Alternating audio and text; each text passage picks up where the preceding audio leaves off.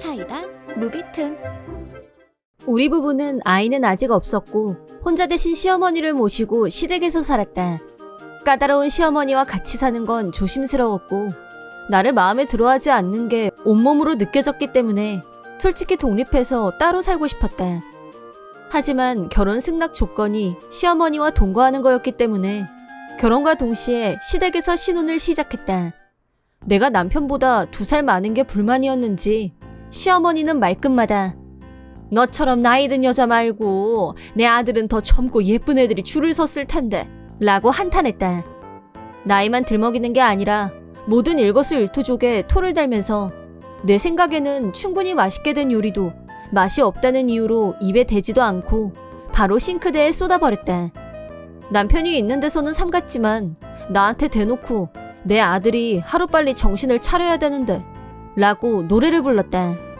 상황이 이렇다 보니 독립하고 싶다고 몇 번이나 남편한테 말했지만 남편은 시아버지도 안 계신데 우리가 여기서 나가면 시어머니는 완전히 혼자 남는데 그럴 수는 없다면서 내 의견은 전혀 고려하지 않았다. 하지만 나는 이런 생활에 매일 스트레스가 쌓여갔고 규칙적이던 생리가 불규칙하게 변하면서 아이가 생기지 않는 결과로 이어지고 말았다. 하지만 부친 문제는 시어머니의 불만사항이었고 내 탓으로 돌리며 나만 보면 하루에도 몇 번씩 쓸모없는 것, 화자품이라고 했다.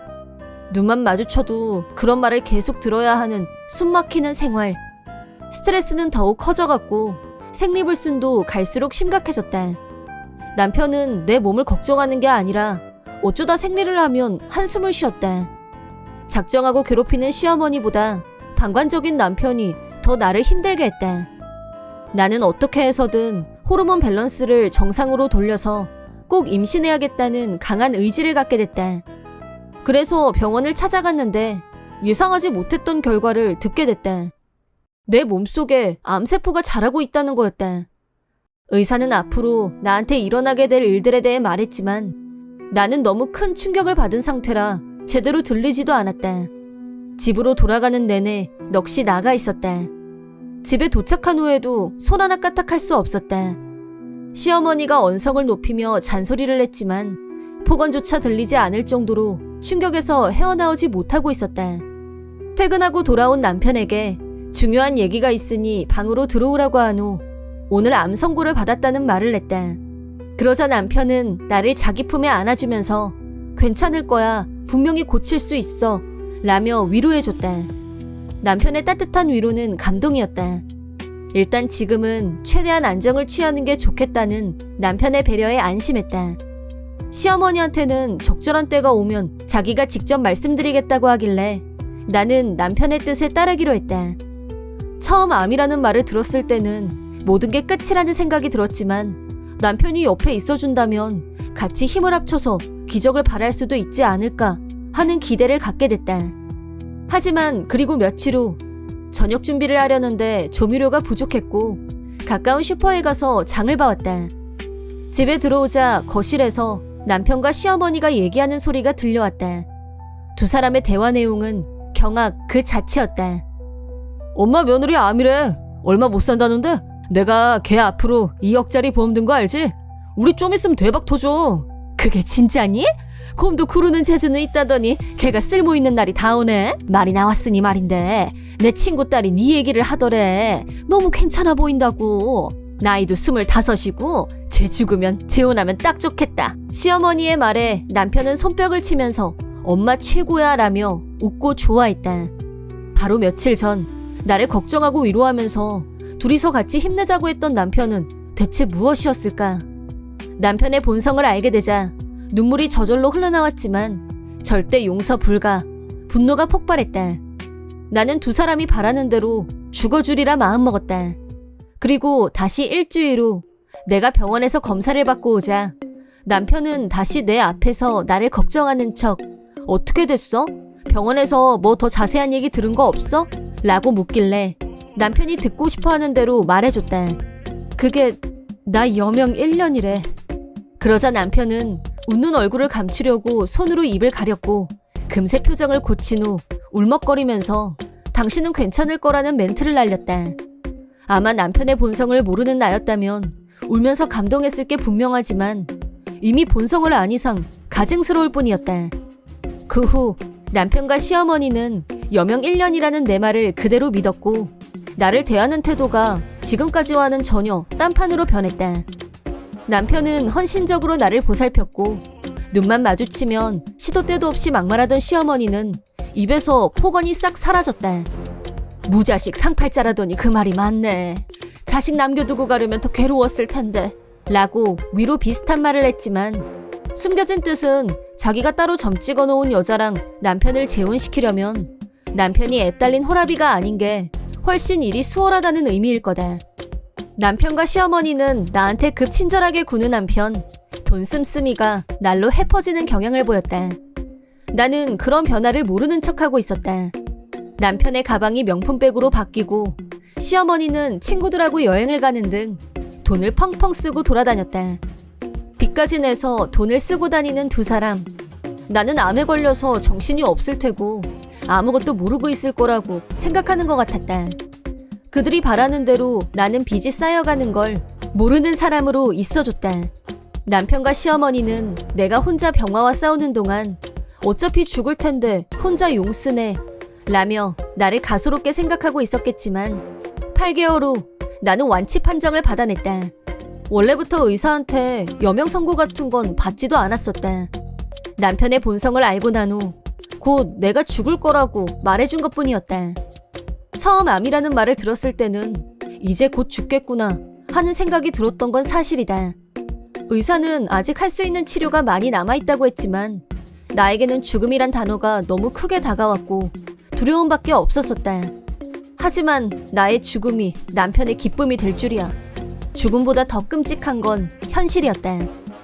그래서 나는 이 현실을 남편과 시어머니에게 돌려주리라 결심했다. 여전히 남편과 시어머니는 내가 여명 1년이라고 했던 말을 철석같이 믿고 곧 가려니 표정이 갈수록 더 밝아졌다. 어느 날 저녁 두 사람이 들뜬 표정으로 시어머니 친구 딸을 만나기 위해 나란히 외출하는 걸 보고 이때다 싶어서 두 분 덕분에 그동안 힘든 치료 잘 견뎌낸 결과 완치 판정받았어요. 그러자 두 사람은 시겁했고 남편이 나한테 뭐 완치? 너 그땐 여명 1년이라고 내가 그랬어? 의료 발전의 혜택을 받은 거지 뭐. 병원에서 나 다 나았다고 했어. 당신도 기뻐해야 되는 거 아니야? 나도 기쁘지. 남편은 당황 그 잡채. 나는 부활 선언과 함께 이혼 서류를 건넸다. 그러자 남편은 응? 하며 깜짝 놀라는 반응. 빼박 불륜 증거까지 덤으로 안겨주며 마무리. 미안하게 됐어. 내가 당신 바라는 대로 죽지 않아서. 대신 이혼해줄 테니까 그 여자하고 재혼하는 건 가능해. 물론 위자료가 옵션이지만 라고 하자 두 사람은 자기들의 속셈을 내가 다 꿰뚫고 있다는 걸 눈치챘는지 오해야 지금 무슨 말을 하는지 모르겠다며 꼬리를 내렸지만 이미 선을 넘은 지 오래였다. 내가 죽을 거라고 확신한 남편은 재혼감으로 점 찍은 여자와 연일 호텔 출입 중이었다. 시어머니와 셋이서 놀러도 다니고 말이다. 그 여자는 불륜녀가 맞고 세 사람에게 각각 위자료를 청구하겠다고 하자 시어머니는 목덜미를 잡고 쓰러졌다. 남편은 그게 아니야 내 말 좀 들어보라며 변명하려고 했지만 내가 파악한 증거가 차고 넘치는 마당에 네 말이 무슨 소용이며 내가 죽기를 바랬던 남자와는 단 1초도 같이 있고 싶지 않다는 말을 남기고 짐을 챙겨서 당당하게 시댁에서 나왔다. 그 후 남편과 시어머니의 앞길에 지옥문이 활짝 열린 건 물론이다. 시어머니 친구 딸인 여자는 명백한 남편의 불륜녀였고 위자료로 4천만 원을 청구하자 곧 죽는다, 괜찮다, 불륜 아니다, 아무 문제 없다는 두 사람의 말만 믿었었는데 이게 뭐냐며 남편을 걷어차버렸다.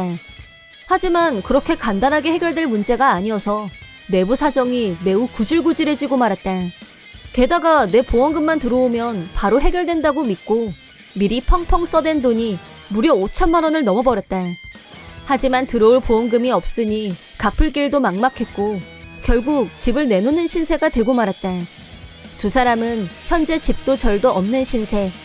남편이 다니는 회사에 나하고도 잘 아는 분이 있는데 그분한테 이번 일에 대해 자세하게 말씀드렸더니 곧 회사에서 모르는 사람이 하나도 없게 됐고 순식간에 인간 쓰레기로 불리게 되었다. 마지막의 정점은 이혼이었다. 불륜녀 측에서는 그 부모 되는 사람들이 찾아와서 조용히 지나갔으면 한다면서 위자료를 전액 일시급으로 지급했다. 자기들 딸은 멀찌감치 떨어져 있는 시골 친척집에 보내버렸다고 한다.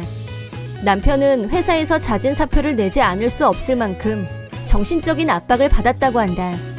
두 사람은 집도 돈도 다 잃고 역 근처나 공원을 헤매며 노숙인으로 전락한 채 목숨만 붙어 있다는데 결국 신은 있는 게 아닐까 싶다. 남의 불행, 더군다나 자기 아내의 불행을 기뻐한 자들에게 천벌이 내려졌으니 말이다. 앞으로 나는 한번 포기했던 나를 위한 인생을 다시 찾을 생각이다. 그리고 언젠가 전 남편과는 비교도 안 될 만큼 멋진 남자를 만날 수 있길 기대해본다. 이번 영상은 어떠셨나요? 재밌게 보셨다면 구독, 좋아요에 댓글까지 달아주시면 감사하겠습니다. 그럼 다음 영상에서 만나요.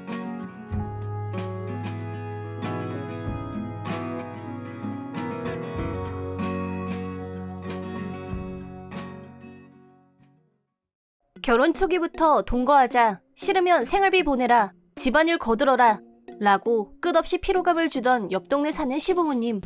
남편은 약간 마마보이 기질이 있어서 내가 뭐라고 해도 나쁜 뜻으로 하는 말은 아니니까 엄마가 진짜 힘들어서 그러는 건데 자기가 좀 이해해주면 좋잖아 라고 강 건너 불구경식 태도라 전혀 도움이 안 됐지만 그땐 그래도 시부모님과 적당히 거리를 두면서 견뎌냈었다. 하지만 3년 전 친정엄마가 암투병 끝에 돌아가셨고 엄마 장례식 때 시어머니한테서 귀를 의심할 만한 말을 듣게 됐다. 넌 이제 양친 다 안 계시고 마음에 걸리는 것도 없을 테니까 우리 집으로 들어와도 되겠구나? 네가 돌볼 부모는 이제 우리밖에 안 남았는데 앞으로 잘 부탁한다 라고 그것도 활짝 웃으면서 말이다. 그때 시아버지와 남편은 100% 공감하는 표정으로 고개를 끄덕였다. 머리에 피가 솟구칠 정도로 열이 받았지만 엄마 장례식인지라 여기서 소란을 피우고 싶지 않다는 일념 하나로 참아냈다. 고등학교 1학년이었던 아들과 중학교 2학년이었던 딸아이 그리고 언니 부부도 나와 마찬가지로 분노했지만 모두 잘 참고 엄마를 편하게 보내드렸다. 엄마 장례식이 끝나고 2주 정도가 지나서 언니한테 연락이 왔다. 돌아가신 아빠의 친구라며 어떤 변호사가 찾아왔는데 변호사는 암 선고를 받은 엄마한테서 의뢰를 받아 작성한 유언장이 있다고 전했고 우리 부부와 언니 부부가 같이 변호사를 만났다. 유언장의 내용은 나와 언니가 공평하게 재산을 나눠 갖기 바란다는 어찌 보면 당연한 내용이었는데 유산을 남겼다는 말을 듣고 나와 언니는 진심으로 놀랐다. 집하고 토지 말고도 저금, 주식을 합쳐서 자그마치 10억이 넘는 금액이었다. 우리는 은수저축에도 못 끼는 평범한 맞벌이 부부 가정이었고 특별히 경제적으로 쪼들리지도 않았지만 결코 유복했던 기억은 없었다. 친정집도 평범한 주택이었고 그저 우리 네 식구가 살기에 적당한 크기의 집이었다. 그래서 어떻게 이런 로또에 당첨된 것 같은 돈을 유산으로 남길 수 있었는지 미스터리 그 자체였는데 우리의 의문을 변호사님이 풀어주셨다. 부모님은 신혼 초기부터 조금씩 저축을 해오셨고 두 분의 퇴직금, 아빠 생명보험도 전혀 쓰지 않고 나와 언니 앞으로 남겨둔 거라고 말씀하셨다. 언니 부부는 우리는 아이도 없고 이 나이에 앞으로도 그럴 일은 없으니까 유산은 아이가 있는 여동생한테 모두 주고 싶어요 라고 말했는데 나는 그 말을 그대로 받아들일 수 없었다. 물론 언니 부부에게 아이가 없는 건 사실이었지만 돈이 생기면 둘이서 여행을 다닐 수도 있고 조기 퇴사는 아니어도 앞으로 편안한 노후를 보낼 수도 있을 것이다. 무엇보다 엄마는 언니한테도 유산을 남겨주고 싶은 마음으로 열심히 저축을 했을 거고 그걸 안 받겠다고 하면 엄마 마음을 무시하는 거나 다름없다고 열심히 언니를 설득했다. 그러자 언니 부부도 내 의견을 들어줬다. 알았어. 엄마 마음이니까 감사하게 받을게 라고 해줘서 마음이 놓였다. 나 역시 생각지도 못했던 거금을 유산으로 받게 됐고 이 일은 훈훈하게 마무리됐다고 생각했었다. 하지만 이 일로 인해 우리 가정은 파탄의 길로 들어섰다. 변호사의 말을 들은 남편은 거금이 생긴다는 사실이 너무 기쁜 나머지 시부모님께 총알같이 보고했다. 하지만 나는 엄마 유산은 내 앞으로 받은 거기 때문에 남편은 물론 시부모님은 더욱 관계없다고 선을 그었다. 네 돈이 내 돈인 거지. 뭔 소리야. 라면서 나를 때렸다. 그리고 왜 네 맘대로 처형말을 고졸해서 손해를 보게 만들어. 우리 엄마 목도 챙겨놔. 라고 DB 폭력 남편으로 변했고, 아이들은 그런 남편을 보더니 이혼하라고 나한테 울면서 말했지만 남편은 절대 이혼에 응하지 않았다. DB 피해자로서 보호시설로 피하는 방법도 있었지만 지금까지 내가 당했던 온갖 모욕, 엄마 장례식에서 시부모와 남편이 했던 발언과 무례한 행동을 떠올리며 이대로 피해자로 남을 수 없다는 강한 의지가 불타오르면서 복수를 결심했다. 그 뒤로 남편과 시어머니가 돈을 달라고 하면 두 말 안 하고 내줬고, 두 사람은 돈을 물 쓰듯이 했다. 하지만 그건 엄마 유산이 아니라 결혼생활 19년 동안 부부 통장에 모아뒀던 저금이었단 사실. 남편은 유산만 믿고 마음을 푹 놨고 일은 제쳐두고 툭하면 놀러 다니다가 해고를 당했다. 시부모는 내가 친정집을 수리하자 자기들과 동거하려고 그러는 줄 알고 좋아라 하면서 자기들 사는 집을 담보로 잡히면서까지 돈을 만들어서 관광을 다녔다. 우리 부부가 19년 동안 맞벌이하면서 모아둔 돈은 1억 정도였고, 우리 엄마가 남겨준 유산과는 비교도 안 되는 액수이긴 했지만 1억을 반년 만에 모두 탕진했다. 시부모도 집을 담보로 빌렸던 돈을 전부 다 써버리고 나서 어서 같이 살자고 온갖 아양을 떨며 재촉해왔을 때 엄마 유언장을 작성해주신 변호사님의 동석하에 이혼을 요구했다. 남편과 시부모는 이건 사기야. 어림없어. 누구 좋으라고 이혼이야. 평생 우리한테 봉사해야지. 라면서 버럭버럭 소리를 질렀지만 변호사님이 DB 증거로 진단서가 있다는 것과 남편의 낭비벽에 관한 기록이 있다는 것, 남편이 수입도 없고 집안일도 하지 않았고 가장으로서의 책임을 전혀 수행하지 않았다는 점을 지적하면서 원칙적으로는 아내분이 위자료를 청구해야 할 상황입니다. 만약 이혼에 동의하지 않으신다면 소송을 통해 합당한 금액의 위자료까지 청구될 예정인데 괜찮으시겠습니까? 라고 침착하게 상황을 인지하게 해주셨고, 남편과 시부모들은 기가 죽어서 아무 말도 못했다. 남편은 갑자기 무릎을 꿇더니 다시 시작하자. 나 버리지 말아줘. 라면서 눈물까지 흘렸지만 조금도 마음에 와닿지 않았다. 이미 아무 애정도 남아있지 않은 건 물론이다. 그래서 나는 어서 여기에 사인해줘 라고 차갑게 말했고, 어린애처럼 싫다고 도리질을 하는 남편한테 한 1년 엄청 잘 놀았지? 마누라 때리고 일도 안 하고 돈 펑펑 쓰면서 놀기만 하고 천국이 따로 없지 않았어? 그렇게 해줬으면 나도 할 만큼은 했다고 생각하는데? 나는 당신만 싫은 게 아니라 당신 부모들도 싫어. 이젠 얼굴만 봐도 구역질이 난다고. 어서 도장 찍어! 라고 담담하게 말하는 나를 보더니 남편은 고개를 푹 떨군 채 도장을 찍었다. 그런 와중에서 계속 소리를 지르면서 나한테 욕을 하는 시어머니한테 사시는 집 담보 잡히셨죠? 앞으로 좀 힘드시겠어요. 저 사람도 무직이고 우리 집도 아직 대출금이 많이 남아있거든요. 위자료는 청구 안 하는 걸로 편의를 봐줬으니까 이 집 대출금에 대해선 난 무관한 걸로, 토지도 건축물 대출로 어차피 다 당신 이름으로 계약한 거니까 라고 하자 그제야 자기들이 처한 상황에 대해 현실을 깨달은 것 같았다.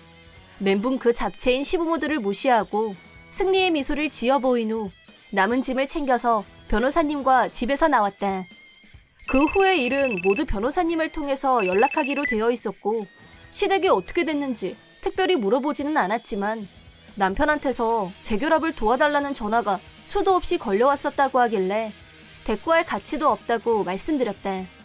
아마 그날 이후 그 세 사람을 기다리고 있는 것은 지옥밖에 없었을 거다. 돈 없고 직장도 없으니 힘들겠지. 전 남편은 발등에 불이 떨어지자 직장을 찾으러 다녔지만 불경기에 일자리 찾기는 밤하늘의 별따기였다. 전 남편이 다녔던 직장 여사원 한 명에게 내가 이혼한 이유가 남편의 가정폭력 때문이었다고 살짝 말해뒀기 때문에 아마 옛 동료들도 남편을 대한 인상이 바뀌어서 모두 외면. 빨리 이혼하라고 애원하던 아이들한테는 내가 시간을 끄는 이유에 대해서 충분히 설명했고 그 사이 아이들은 언니 집에 잠시 맡겨뒀었다. 그런 아빠와 있는 건 교육상 좋지 않아서였다. 언니 부부는 우리 애들이 어려서부터 너무너무 예뻐했었고 애들을 부탁하자 언니는 흔쾌히 받아줬다. 그리하여 모든 일을 성공적으로 마친 후 원래 계획은 아이들과 적당한 아파트를 구해서 이사를 할 생각이었는데 언니 부부가 너무 섭섭해하는 모습을 보고 다 같이 살 수 있는 넓은 주택을 알아보기로 의견 일치를 봤다. 언니 부부는 언니의 불임으로 인해 아이를 가질 수 없었다. 언니는 형부한테 미안하다며 이혼하자고 몇 번이나 애원했지만 형부는 언니를 선택했고 아이 없이 둘이서 살자고 언니를 설득했다. 그래서 두 사람에게는 우리 애들이 너무 소중하고 사랑스러운 존재였다. 형부는 아들아이한테 아빠처럼 많은 것을 가르쳐줬고 아들아이도 이모부를 잘 따랐다. 중학생인 딸도 디저트 명인인 언니한테서 요리를 배우면서 사이좋게 지냈다. 언니 부부도 아이들도 모두 행복한 모습이어서 참 보기 좋았다. 그렇게 아이들 방, 내 방, 언니 부부 방, 각자의 공간이 있는 집을 구했다. 앞으로 5, 6년쯤 후에 아이들이 독립을 해서 나가도 언니 부부가 있으니까 내가 외로울 일도 없고 아이들이 가끔 집에 오면 그땐 또 다 같이 모여서 화목한 시간을 보낼 수 있을 것이다. 엄마 유산 때문에 이런 대반전이 일어날 줄은 솔직히 상상도 못했던 일이지만 최악이었던 전 시부모들과 마마보이였던 최악의 남편과 헤어질 결심은 최고의 선택이었다. 결혼 후 시댁에서 동거를 하게 된 나는 아주 당연한 듯이 시댁의 온갖 집안일을 혼자서 도맡아 하게 됐다. 하지만 시부모님은 이른바 갑질을 하며 점점 나를 괴롭혔고 남편은 당하기만 하는 나를 도와주기는커녕 뒷짐지고 방관적인 태도를 취했다. 그게 다가 아니라 날로 심해지는 시부모님의 갑질에 어느 순간부터 남편도 가세하기 시작했고 나는 지금까지의 인생에서 한 번도 경험해보지 못한 산지옥을 경험하며 하루하루를 살고 있었다. 그뿐 아니라 시부모님과 남편은 내가 개인적으로 갖고 있던 저금까지 네가 돈이 무슨 필요가 있냐 라면서 전부 강취해갔다. 나는 여기서 벗어날 수 있는 최소한의 돈마저 수중에 없었다. 달아나고 싶어도 달아날 수 없었고 폭력을 당하면서 생긴 상처, 통증이 아무리 심해도 병원에 갈 돈조차 없었다. 지금 다시 생각해보니 내가 남편과 시부모에게 폭행당하고 있다는 것을 병원에 알리지 못하게 하려는 은폐 공작의 일부가 아니었을까 싶다. 마치 눈에 보이지 않는 족쇄를 채워놓은 것처럼 노예나 다름없는 생활이었지만 그 당시에는 친정 부모님도 어려서부터 나를 학대했었기 때문에 내 운명은 결혼을 해도 달라지지 않고 어차피 이렇게 될 거였으려니 포기하고 체념하면서 지냈다. 그저 무기력했을 뿐 아니라 어느 순간부터는 이게 나한테는 당연한 거라는 생각마저 들었다. 오늘은 뺨만 맞고 지나가서 다행이다 라고 생각하거나 오늘은 좀 살살 때려준 것 같아 라면서 폭력의 강도가 약하다고 느끼는 날은 마음이 편해지기도 했었다. 그만큼 나는 이미 정신적으로 정상적인 상태가 아니었던 것 같다. 가족 중에서 유일하게 나에 대한 폭력에 가담하지 않은 사람은 시동생이었다. 하지만 막상 내가 폭행을 당하고 있을 때는 핸드폰만 들여다보면서 모르는 척했다. 어쩔 때는 내가 내다버린 쓰레기 봉투를 다시 열어보기도 하고 내가 앉아서 꾸벅꾸벅 졸다가 정신이 들어서 뒤를 돌아보면 뒤에 서 있을 때가 있어서 조금 소름이 끼칠 때도 있었다. 그때는 매일 시동생 것까지 도시락 3개씩 쌌었는데 항상 깨끗하게 도시락을 비웠지만 고맙다는 말은 한 번도 듣지 못했다. 그런 생활이 1년 반 정도 지났을 무렵 그날은 집에 나하고 시동생 둘밖에 없었는데 갑자기 시동생이 자기 방으로 좀 오라고 했다. 사실 시동생하고 제대로 된 대화조차 나눈 적이 없어서 무슨 일인지 감이 안 잡혔지만 시동생은 평소 나한테 폭력적인 적이 한 번도 없었기 때문에 경계심 같은 건 생기지 않았다. 내가 시동생 방에 들어가자 아무 말도 하지 않고 불쑥 봉투를 내밀었다. 어? 이게 뭐예요? 봉투는 꽤 두꺼웠고 나한테 이걸 극비리 배달이라도 시키려는 건가? 그런 생각을 하면서 봉해지지도 않은 봉투 안을 살짝 들여다봤는데 뜻밖에도 엄청난 액수로 보이는 지폐가 가득 들어있었다. 돈을 보고 놀란 나는 너무 당황해서 봉투를 바로 시동생한테 돌려줬다. 하지만 시동생은 그걸 나한테 다시 돌려줬고 절대 안 받으려고 했다. 나는 거부하고 시동생은 밀어붙이고 옥신각신하다가 용기를 내서 시동생한테 왜 이래요? 라고 묻자 지금까지 먹은 도시락값 이라고 짧게 대답했다. 지금까지 시동생한테 매일 도시락을 싸줬고 빈말이라도 고맙다는 인사가 없긴 했지만 그렇다고 도시락이 이렇게 비싸다는 건 말도 안 되고 갈수록 더 이해가 안 됐다. 도시락은 어머님 아버님 주신 돈으로 싼 거니까 이 돈은 받을 수 없어요. 대체 이런 거금이 어디서 난 거예요? 그때 시동생은 고등학교를 갓 졸업한 나이였고 큰 돈을 버는 것도 아닌데 어디서 돈이 났는지 정말 의문이었다. 형수한테 언젠가는 돈으로 돌려줘야겠다고 생각했어요. 한 1년 전부터 주말에 알바해서 모은 거예요. 돌려줘? 시동생이 나한테 돈을 빌렸던 적도 없는데 무슨 말인지. 대체 나한테 뭘 돌려줄 게 있다는 거지? 도무지 영문을 알 수 없어서 멍하니 시동생을 쳐다보자 형수가 집에서 하고 있는 일들은 이 정도 가치가 있다는 뜻으로 드리는 거예요. 이건 도시락값에 불과하니까 따지면 더 많죠. 정신 똑바로 차리세요. 라고 말했다. 계속해서 시동생은 내가 당하고 있는 폭력은 정상적인 게 아니며 충분한 이혼 사유가 되고 위자료도 청구할 수 있다고 덧붙였다. 그 말을 듣는 순간 내가 그럼 이 집에서 도망칠 수 있다는 건가 싶었고 마음이 크게 동요했다. 남편과 결혼해서 이 집에 들어와서 살게 됐지만 나는 이미 인내심의 한계가 무너진 지 오래였다. 하지만 아무리 그래도 시동생한테 이런 큰 돈을 받을 수는 없다고 돌려주려고 하자 그럼 형수는 계속 이렇게 살 거예요? 지금 도망치지 않으면 평생 지옥에서 벗어나지 못할 거라고요. 시동생한테 그 말을 듣는 순간 갑자기 정신이 들었다. 맞아. 내가 지금 이렇게 주저할 때가 아니야. 시동생 말대로 이 돈을 가지고 지금 여기서 나가지 않으면 난 이 지옥 같은 곳에서 평생 살게 될 거야. 그리고 시동생도 다시는 나를 도와줄 수 없을지도 몰라. 지옥에서 평생은 싫어. 그런 생각이 든 순간 시동생 눈을 똑바로 쳐다보면서 정말 이 큰 돈을 내가 받아도 돼요? 라고 물었다. 시동생은 고개를 끄덕이면서 도망쳐요. 이런 거지 같은 집에서 지금 당장 이 돈 전부 다 가지세요. 라고 말했다.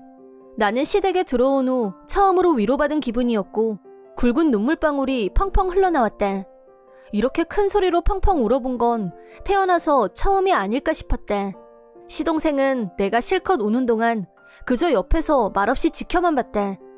내가 다 울고 평정심을 되찾자 시동생은 이번엔 다른 봉투를 하나 더 내밀었다. 이건 또 뭐예요?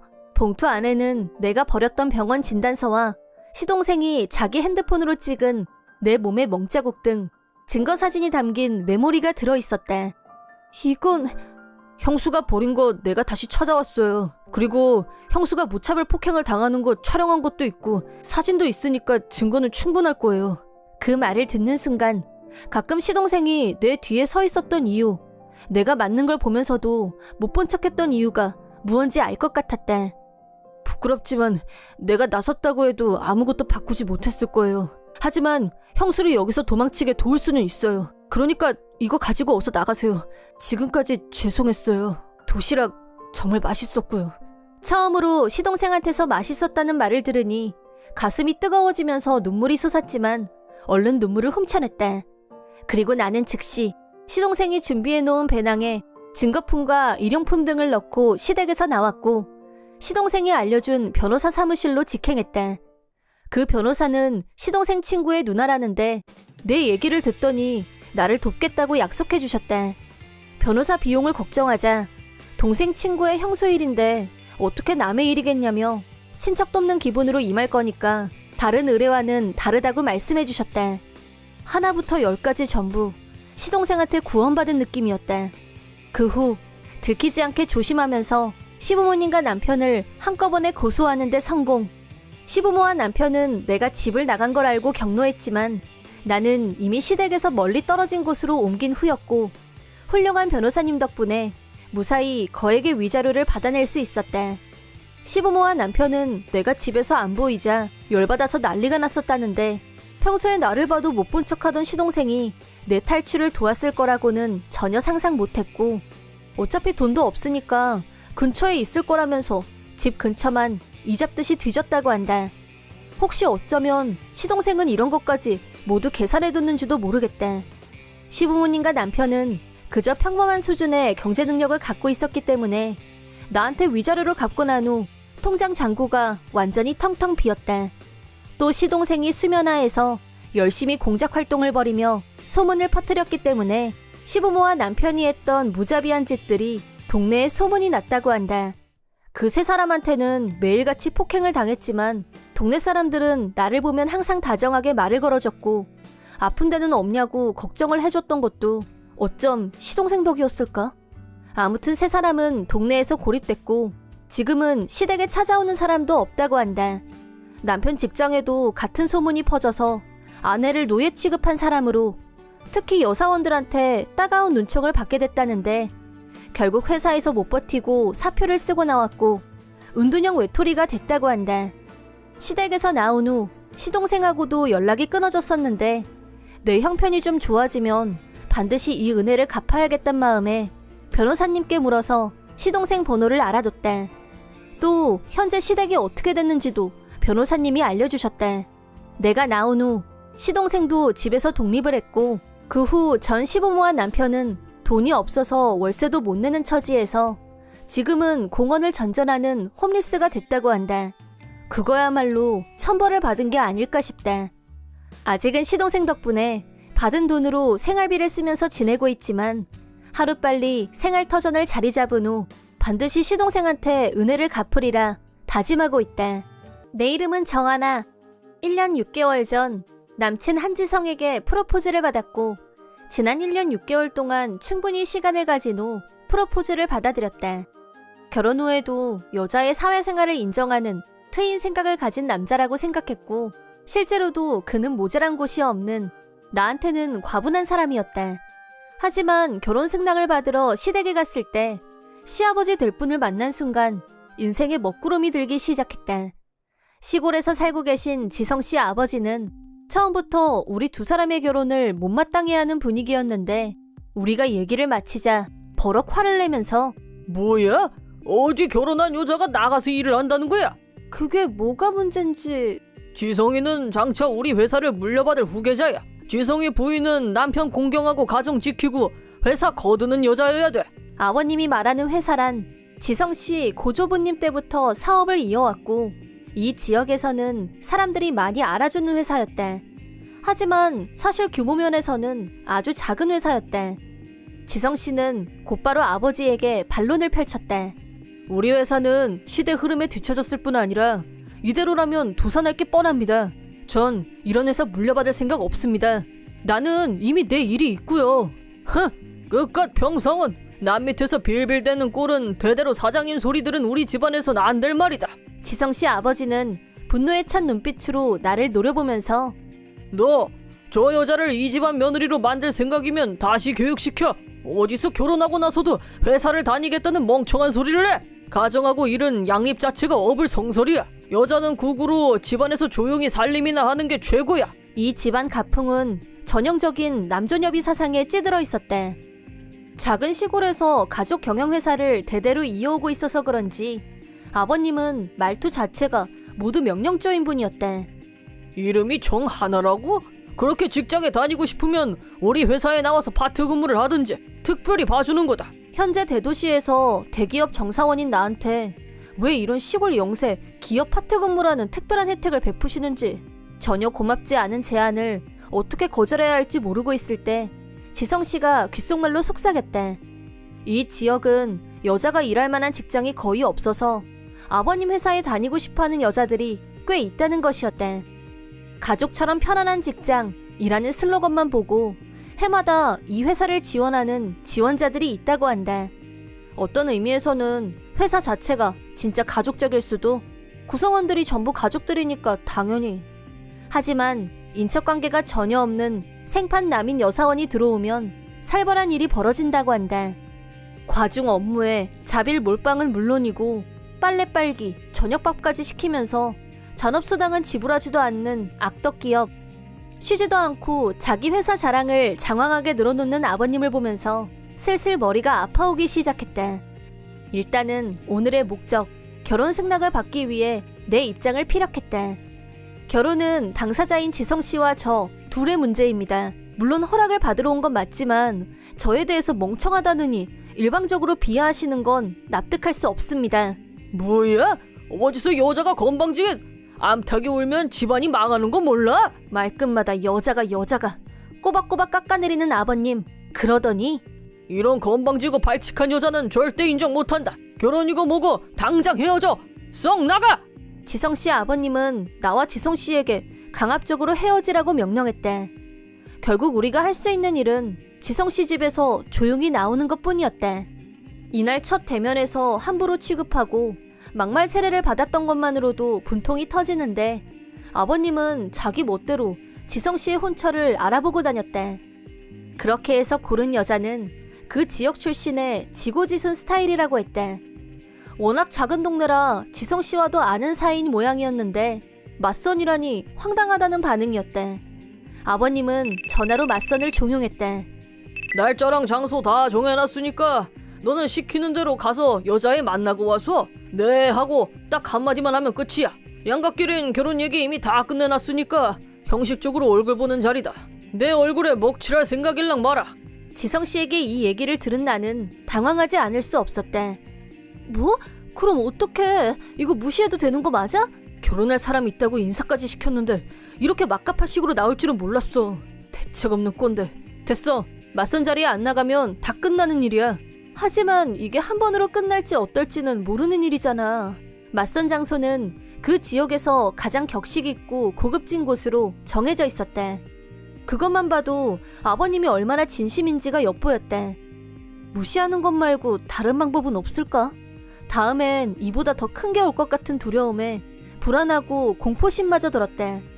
그런 나의 불안한 마음을 이해했는지 지성씨가 한동안 골똘히 생각에 잠기더니 한 가지 방법을 생각해냈대. 지성씨가 여장을 하고 맞선 자리에 나간다고? 손바닥만한 동네에서 누구네 장남이 여자 분장을 하고 맞선 보러 왔더라. 누구 한 사람만 알면 그날 안으로 온 동네에 소문이 쫙 퍼질걸? 하긴 그렇게 되면 이번 맞선은 파토날 게 당연지사긴 한데. 에이, 그 정도에서 끝날 일이 아니지. 시골에서 여장 남자, 성 전환자가 동네에 발이나 붙일 수 있을 것 같아? 미치지 않고서야 나하고 맞선을 보겠다고 하는 집안은 하나도 없을걸? 아무리 대대로 내려오는 사업가 집안에 내가 차기 사장이라고 해도 말이야. 하지만 괜히 그랬다가 그 소문 때문에 평판이 나빠져서 회사가 망하기라도 하면 어쩌라고. 그래도 상관없어. 그딴 회사. 돌아가신 엄마 할머니를 노예처럼 취급하면서 쉬지도 못하게 일만 시켜서 겨우겨우 유지해온 회사야. 여자를 노예처럼 취급하지 않으면 돌아가지 않는 회사가 건전한 경영을 하고 있을 리가 없잖아. 난 그런 회사 처음부터 물려받을 생각 없었어. 알았어. 이왕 이렇게 된 거 나도 적극 도울게. 맞선 당일 나는 메이크업 전문가 친구와 헤어 디자이너 친구들을 모아서 지성씨를 여자로 변신시키는데 총력을 다했대. 친구들은 역시 프로답게 상남자 한지성을 완벽하게 여자로 변신시켰대. 메이크업을 끝낸 지성씨는 여자 옷을 빌려서 패션까지 퍼펙트하게 치장을 끝냈대. 머리부터 발끝까지 변신을 끝낸 후 마지막 관문 맞선 장소로 나는 멀리서 그 장면을 다른 사람들 눈에 띄지 않게 지켜봤대. 맞선 장소에 나와 있던 아버님과 상대쪽 집안 사람들은 여장 차림으로 나타난 지성씨를 보고 모두들 기겁했대. 오래간만에 뵙겠습니다. 저 지성이에요. 제가 아이는 낳을 수 없지만 어쨌든 최선을 다하겠습니다. 지성씨의 징글맞은 웃음소리가 썰렁하게 울려 퍼지자 분위기를 일시에 압도하는 아버님의 격한 고함소리. 이 미친놈이 지금 뭐하는 거야? 한지성, 너 무슨 작당을 벌이는 거야? 저는 사실 며느리를 드리는 것보다 제가 며느리가 되고 싶었거든요, 예전부터. 이젠 알려야 할 것 같아서요. 진한 화장을 한 지성씨가 윙크를 날리자 헉 하는 외마디 비명과 함께 상대쪽 집안 사람들은 다 쓰러졌다. 나도 우연을 가장하고 난입해서 아버님을 한 번 더 놀라게 해드렸다. 어머, 아버지면서 지성씨 취향을 모르고 계셨나봐요? 아님 모른 척하고 일단 결혼시키고 보자, 뭐 그런 거였나? 아버님은 얼굴이 시뻘개졌다. 맞선 결과는 더 말할 필요도 없었다. 인사가 끝나기도 전에 상대쪽 가족들은 모두 나가버렸고 나와 지성씨의 작전은 대성공이었다. 지성씨 말처럼 여자를 노예 취급하면서 겨우겨우 생명을 이어가던 비인간적인 영세기업의 운명은 이번 맞선 사건으로 인해 한순간에 적자 운영으로 돌아섰고 곧 도산할 거라는 말이 돌았다. 마침내 아버님은 우리를 찾아와서 무릎을 꿇었다. 부탁한다. 자금이 씨가 말랐어. 회사 굴릴 돈이 필요해. 지성 씨가 꿈쩍도 하지 않고 돈을 빌려줄 수 없다고 하자 이번에는 나한테 머리를 숙였다. 부탁한다 하나야. 너도 대기업에서 일한다고 들었는데 돈 좀 있지? 요즘은 여자들도 능력 있는 시대라서 너 조건 같은 거 들은 거 없니? 조금만 빌려줄 수 있을까? 저 그런 돈 없어요. 그러고 싶지도 않고요. 어떻게 갑자기 여자한테 돈을 빌릴 생각을 하셨어요? 자존심도 없으세요, 남자가? 그동안 자신이 그토록 강조했던 남존여비에 빗대어 한마디 쏘아주자 아버님은 얼굴이 시뻘개졌대. 아님 생각이 바뀌셨어요? 노동력도 여자, 자금도 여자한테 기대자. 뭐 이런 주의로? 그런데 그럼 아버님은 대체 무슨 역할을 하시는 거예요? 여자들 뒤에 숨어서 목소리만 키우는 거 아니세요? 하고 싶은 말을 다 하고 속이 시원해진 나와 지성 씨는 아버님을 바로 내보냈다. 예상대로 아버님 회사는 도산을 맞았다. 거래처도 그렇고 평소 알고 지내던 사람들 중에 아무도 도와주는 사람이 없던 걸로 봐서는 아버님의 여성 비하 발언은 모든 사람에게 불쾌감을 주었던 게 분명하다. 아버님은 대대로 이어온 회사가 자신에 대해서 끊어졌다는 것에 크게 낙담했고 어쨌든 지금은 대놓고 하던 여성 비하 발언을 하지 않게 됐다. 나는 아버님께 혹시 마음이 있으시면 우리 회사에 파트 근무 자리를 알아봐 드릴 수도 있다고 일부러 전화를 해서 위로를 드렸다. 내 이름은 정정혜. 남편 왕진상과 둘이서 살고 있고 나이는 25이다. 화장품 회사에 다니고 있는 나는 일과 가정이라는 두 마리 토끼를 잡기 위해 매일 바쁜 하루하루를 보내고 있다. 남편은 자유분방한 성격으로 프리랜서 컨설팅 일을 하고 있는데 격리 일은 전부 내가 담당하고 있다. 시댁은 우리 집에서 차로 10분 거리에 있는데 시아버지는 돌아가셨고 시어머니가 혼자서 살고 계신다. 결혼 얘기가 오고 갈 때 남편은 시어머니와 같이 살자고 했지만 나는 그 제안을 거절했다. 이유는 시어머니가 최강 극성 엄마였기 때문. 이미 결혼 전부터 나에 대한 적대감을 완전 노골적으로 드러내서 당황스러웠다. 이런 일을 부모님한테 다 얘기해왔기 때문에 우리 부모님도 동거에 대해서 극반대였다. 시집살이가 뻔히 예견된 일이었기 때문에 남편을 설득해서 동거는 없던 일로 만들었다. 남편은 장남도 아니고 차남이었기 때문에 반드시 시어머니를 모셔야 하는 입장도 아니었다. 하지만 장남 며느리도 나와 같은 이유로 시어머니와의 동거를 거부하고 있었다. 남편은 동거를 하지 않는 대신 자기가 가고 싶을 때는 언제든지 시댁에 가는 걸 허락해달라고 조건으로 걸었다. 나는 그 조건에 동의했고 결혼 후 남편은 집에 없는 날이 많았지만 동거하는 것보다는 100배 낫다고 스스로를 위로하면서 참고 있는 중이다. 그러던 어느 날이었다. 남편이 일 때문에 필요하다며 동사무소에 가서 주민등록등본을 떼다 달라고 했다. 동사무소에 가서 주민등록등본을 발부받고 내용을 확인하다가 눈이 튀어나올 정도로 충격적인 걸 발견했다. 나와 남편의 관계가 동거인으로 기재되어 있는 것이었다. 너무 놀라서 동사무소 직원에게 이거요, 혹시 잘못 기재된 거 아니에요? 라고 물었다. 하지만 직원은 그런 일은 절대 불가능합니다. 라고 답변했다. 확실하게 하려고 호적 등본도 떼서 내용을 확인했는데 호적 등본상으로는 나와 남편이 결혼한 사실이 전혀 기재되어 있지 않았다. 주민등록등본상 나는 여전히 미혼이었기 때문에 가짜 남편의 가짜 결혼을 하고 주변 사람들에게 결혼한 것처럼 알린 셈이 된 것이다. 나는 혼인신고를 하러 구청에 갔을 때의 일을 돌이켜보았다.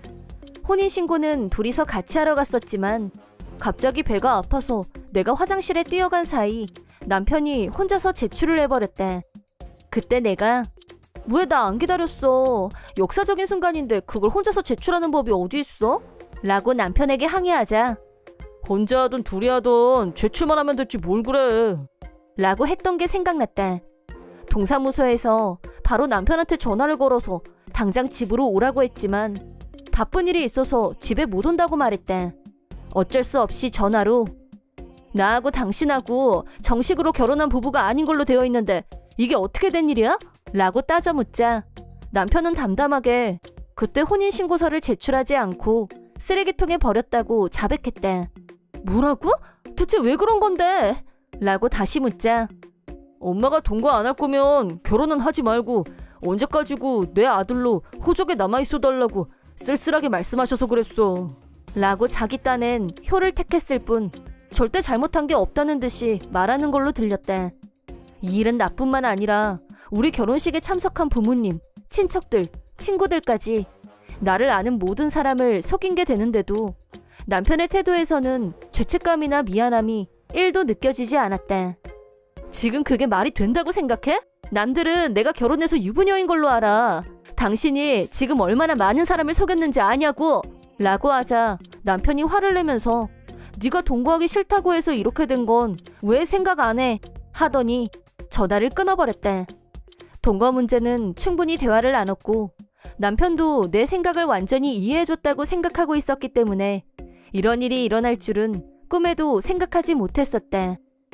잠시 후 남편한테서 반성할 때까지 집에 들어오지 마 라는 내용의 라인이 혼인신고가 되어 있지 않다는 사실을 알고 이미 큰 충격을 받았는데 되려 남편이 화를 내면서 집에서 쫓겨난 신세가 된 나는 남편에 대한 감정이 완전히 식어가는 게 느껴졌다.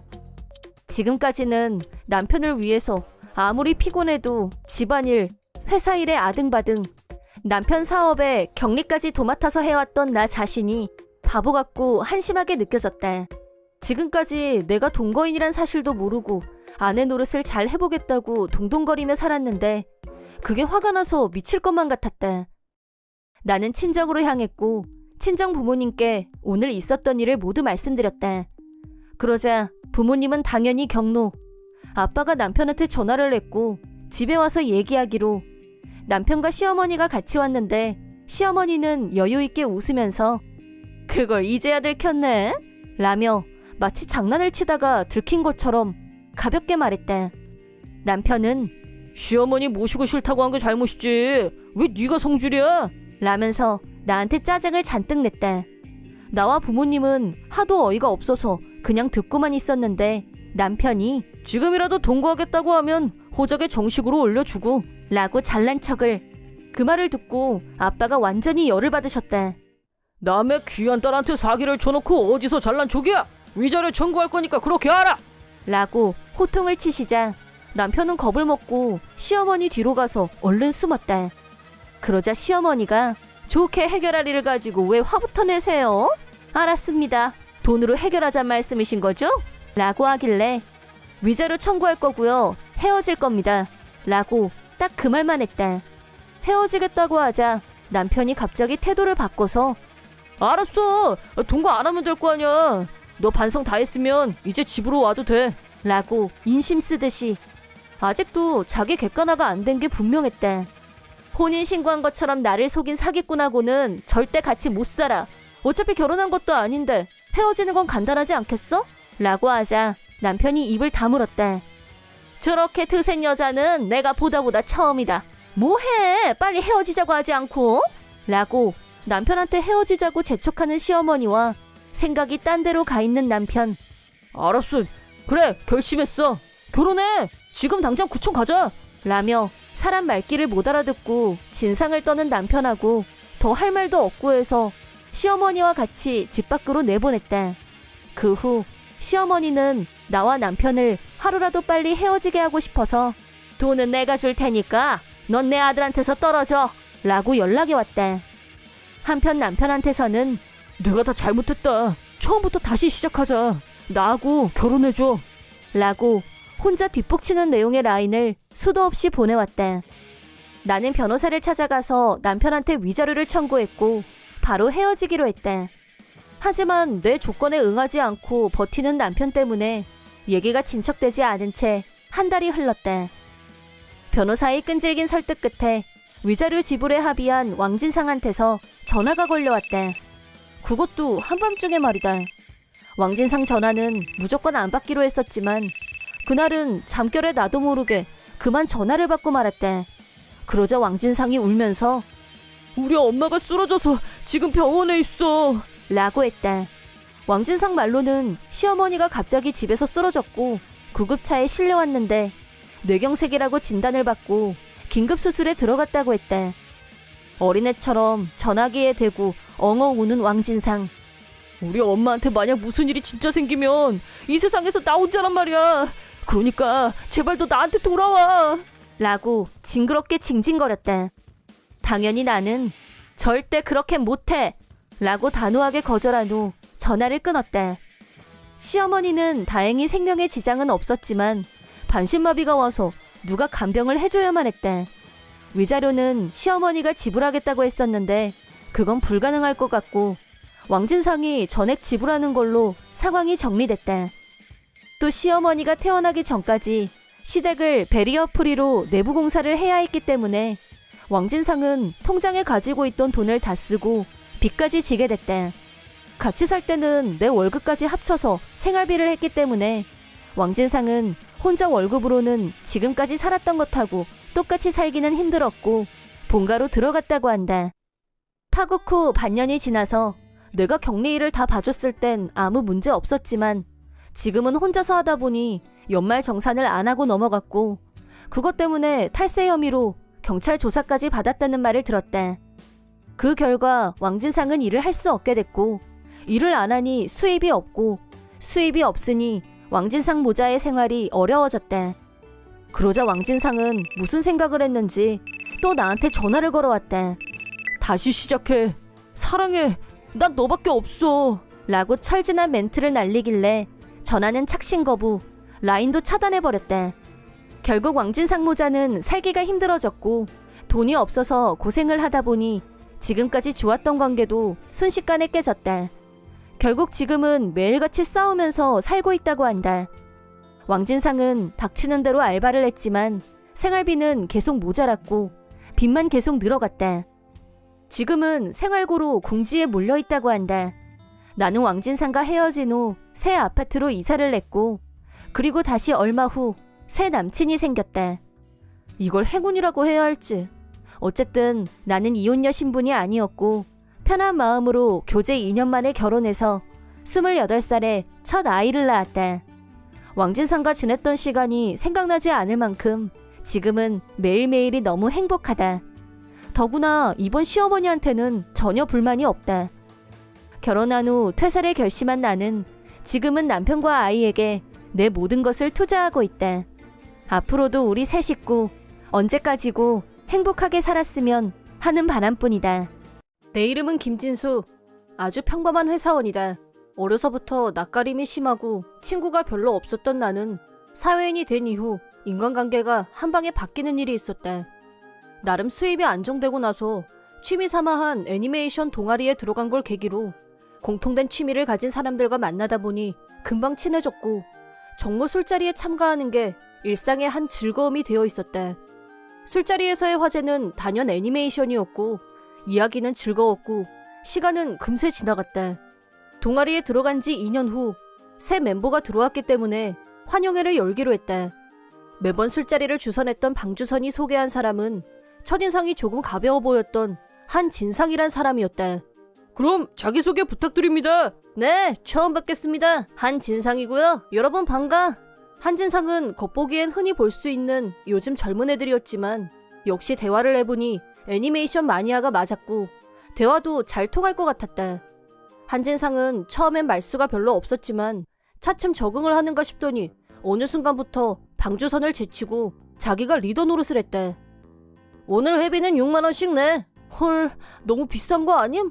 여기 고급진데야. 대신 맛있잖아. 오케이? 그러면서 한진상은 점점 본성을 드러내기 시작했고 멤버들은 그런 한진상을 멀리하기 시작했다. 난 오늘 술 한 잔도 안 마셨으니까 내 건 회비 반 돌려줘. 아닌 거 같은데? 너 많이 마셨어. 나 한 잔도 안 마셨어. 술은 니들이 다 마셨지. 근데 회비를 똑같이 내는 건 불공평한 거 아니야? 글쎄, 난 한진상은 돈에 대해선 쪼잔할 정도로 따졌고 본인은 절대 손해보지 않으려는 면이 강했다. 그런 반면 자기 생일이 되면 죽어도 술자리를 만들어서 선물을 달라고 대놓고 요구하는 뻔뻔함까지 다른 멤버들 생일은 한 번도 안 챙겼으면서 자기 생일은 성대하게 보내려고 하는 한진상의 태도에 다들 정남이가 떨어져 가고 있었는데 그러던 어느 날 한진상이 꼭 전달해야 하는 중요한 일이 있다면서 동아리 멤버를 전원 소집했다. 약속 시간을 조금 넘겨서 한진상이 제일 늦게 나타났고 옆에는 처음 보는 젊은 여자가 함께 있었다. 미안, 내가 좀 늦었지? 뭐 괜찮아. 근데 옆에 있는 여자분은 누구야? 인사해. 내 약혼녀 왕재숙이야. 안녕하세요. 실은 우리 결혼하기로 했어. 그래. 축하해. 고마워. 축하해줄 줄 알았어. 당연히 축의금들은 준비할 테고 해서 말인데 1인당 50만 원씩 어때? 축의금 때문에 모이라고 했어? 결혼식에 오면서 그럼 축의금 안 가져오려고 했어? 우리 사이가 그냥 보통 사이는 아니잖아. 절친 저리 가란데. 절친 금액이면 50만 원이 딱 적당한 거 아닌가? 우리는 하도 기가 차서 한진상을 노려보고 있었는데 옆에 있던 약혼녀가 한술 더 떠서 우리 기분을 상하게 했다. 진상씨, 설마 이 사람들을 결혼식에 부르려는 건 아니지? 완전 아니다. 이런 오타쿠들이 오면 사람들이 우릴 뭘로 보겠어? 절대 안 돼. 알았지? 그럼 축의금을 못 받잖아. 축의금만 받으면 되잖아. 나는 남편이 애니메이션 오타쿠라는 거 절대 친구들한테 들키고 싶지 않으니까 알아서 해. 알았어. 그럼 그렇게 할게. 다들 들었지? 축의금만 부탁한다. 말이야 방귀야. 어이 상실. 그래도 상관없는데 아마 후회하게 될걸? 무슨 후회를? 누가? 내 입장도 좀 생각해줘야지. 니들도 보면 알겠지만 우리 재숙이 얼짱의 인기 짱이란 말이야. 오타쿠 세계와는 전혀 다른 리얼 여친이라고. 우리 재숙이 마음도 좀 이해해주고. 내가 니들 절친인데 협조 좀 해줘. 아무튼 다시 한번 말하는데 비호감 오타쿠들은 절대 우리 결혼식에 초대 안 할 거니까 그렇게 알고 축의금은 결혼식 전에 진상씨한테 전해줄 것. 오케이? 진상씨 그만 가자. 그래. 그럼 부탁한다. 자기들 하고 싶은 말만 하고 가버리는 두 사람을 보면서 우리는 우선 한진상을 동아리에서 제명시키기로 결정했다. 하지만 그 전에 우리를 이용하고 자기 물건처럼 취급하려고 한 한진상의 죄를 덮고 넘어갈 수는 없었다. 그리하여 우리는 한진상과 약혼녀 왕재숙에게 복수할 계획을 세웠다. 그런 사정을 전혀 모르고 있는 한진상은 축의금을 보내라고 멤버 전원에게 연일 독촉 메시지를 보냈는데 우리는 행동 지침을 정하고 다 같이 무시했다. 그렇게 저렇게 한진상 결혼식 날이 됐고 한진상은 결혼식 직전까지 니들 축의금 왜 안 보내? 라면서 닥달을 냈다. 그날 우리는 아침부터 열과 성의를 다해 각자의 에마를 손질하고 있었다. 그리고 계획한 대로 결혼식이 시작되기 전에 에마를 타고 식장 근처에 모였다. 자, 우리 쇼를 시작해볼까? 아침부터 에마 꽃단장했잖아. 나도야. 그럼 출발할까? 그리고 마침내 꽃단장을 마친 6대의 차가 식장으로 향했다. 그때 결혼식장에서는 교회 밖에서 부케를 던지려고 하고 있었대. 재수가 축하해. 행복하게 잘 살아. 얘들아 고마워. 응? 이게 무슨 소리야? 이 엔진 소리는 설마... 진상씨 갑자기 왜 그래? 아니야 아무것도. 식장에 도착하자 거기 모여있던 하객들의 시선이 일제히 우리 쪽을 향했다. 어머 저게 뭐야? 튜닝 제대로네. 오타쿠인가봐. 대박. 차에서 내려 한진상을 향해서 걸어가는 동안 하객들은 신기한 물건을 보는 듯한 시선으로 우리를 쳐다봤다. 어떤 사람들은 우리들의 에마, 튜닝차를 촬영하기도 했다.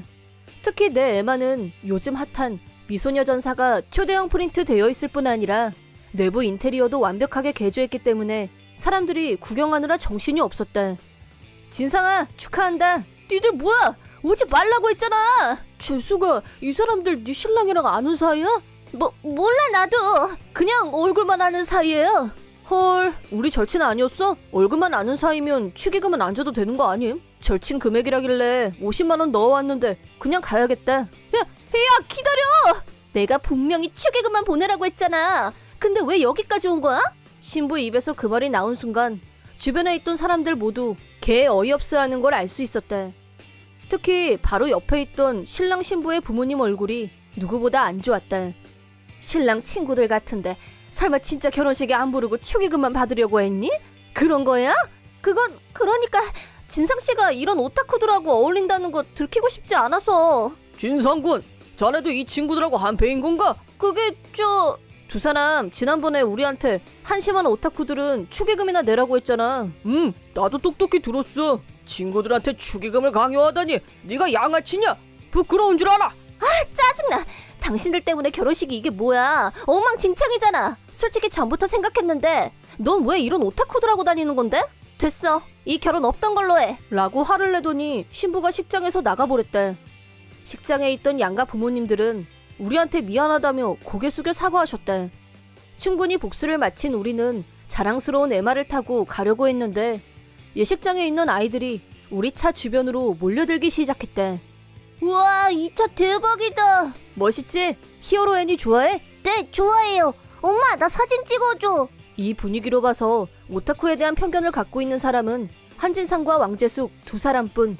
다른 사람들은 별로 그런 것 같지 않았고 그 사실을 안 것만으로도 우리는 뿌듯했대. 그 후 결혼식 중간에 뛰쳐나간 왕재숙은 양가 부모님께 질타를 받았고 끝내 파혼했다고 한다.